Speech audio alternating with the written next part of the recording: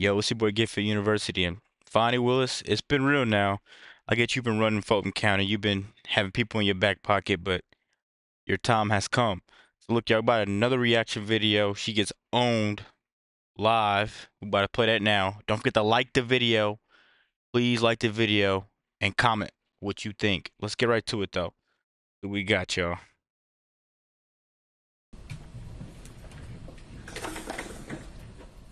I'm going to do rebuttal, specific rebuttal. One, state somehow makes an argument that we should have asked Mr. Wade questions about his relationship and his communications with Mr. Bradley when they objected over and over and over. And Wade's counsel objected over and over and over, claiming that everything that Bradley was told by Wade was attorney-client privilege. Your Honor made determinations thereafter to Bradley. We didn't get the opportunity to call Mr. Wade back to the stand. So to claim that you can't impeach him because you didn't ask him when they objected to us asking him is obviously a false position to take, as disingenuous as it can be. Now, if the court wants to open it up, we'll be more than happy to call Mr. Wade back to the stand. But as the record stands, there could be no confrontation of Mr. Wade when both his counsel and the state are arguing that it shouldn't be done. And just before I keep pausing or something like that, she has brought a lot of discredit upon herself and Fulton County. And now you got to think in your head who's getting paid off. A lot of these people are, and I think Trump may be one of the only ones that's not corrupt. But let's keep going, though. Second, let's use a little common sense here. Forensic misconduct received about 2 minutes worth of discussion. The rest of it is all on conflict. Forensic misconduct dealing with the way the state wants you to have it is if you don't accuse someone or you don't say that someone's guilty. Yeah, assuming you can impugn someone's character to the degree that constitutes forensic misconduct. Why is that? I'm sorry, say that. Here. Assuming you can impugn someone's character to the degree that it constitutes forensic misconduct. I think that I guess the state's primary position was that they weren't talking about you at the church. Right.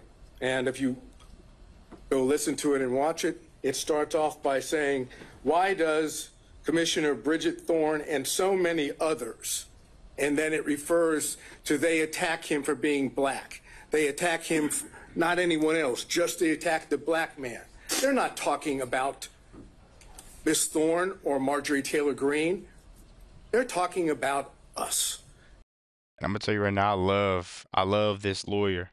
He gets straight to the point. You know where he's going when he speaks. And you know how everybody knows that? Because not a single story from the media reported anything other than FANI Willis accused the defense and defendants of being racist. Now, here's the common sense part of this. If you follow the state's position on forensic misconduct, FANI Willis could all day long talk about race. She could say the defendants, I'm not saying they're guilty or not guilty, but they're racist. They're racist. They're racist. And according to the state's position on forensic misconduct, that wouldn't be a problem. Obviously, that makes no sense whatsoever. The issue here that we've dealt with on forensic misconduct is not simply the church speech.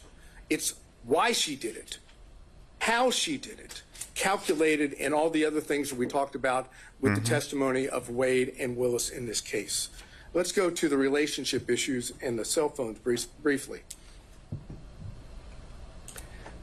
No one knew that there was a relationship between Wade and Willis, according to Wade and Willis. Not a soul was ever told that they were dating or that there was an intimate relationship. Ever. They concealed it from all parties. From Daddy. Daddy didn't even know they had a relationship. Suggest that somehow in the beginning of 2021, January to whatever it was into April, that they couldn't have met in Hapeville. They didn't meet anywhere that would allow the public to see them. That's the reason why they were meeting at Yertes. Holy, he's straight to the point with it, y'all. Because no one else was ever there. Remember the testimony? Who else was there besides Mr. Wade and Miss Willis. Both of them agreed. No one ever went there except them. They didn't go to where Daddy was in Miss Willis's house because Daddy was there and Daddy would know.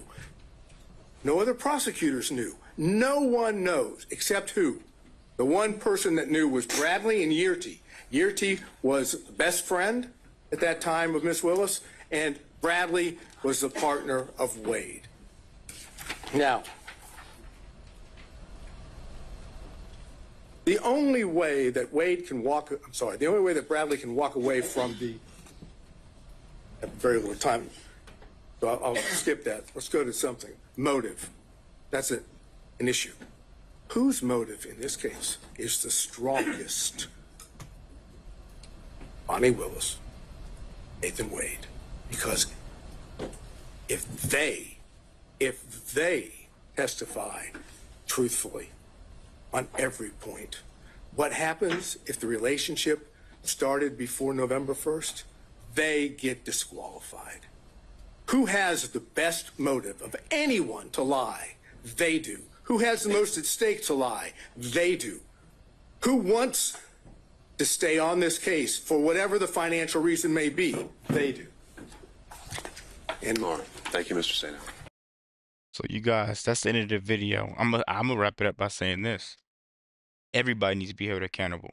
The judge needs to be looked at too, because if you watch that full video, you'll see the judge how the judge is nice to Fani a little bit, but a little bit just pushing him away. But like, comment, subscribe if you're new. Please like, comment, subscribe if you're new, and as always, let me know what to react to. Thanks.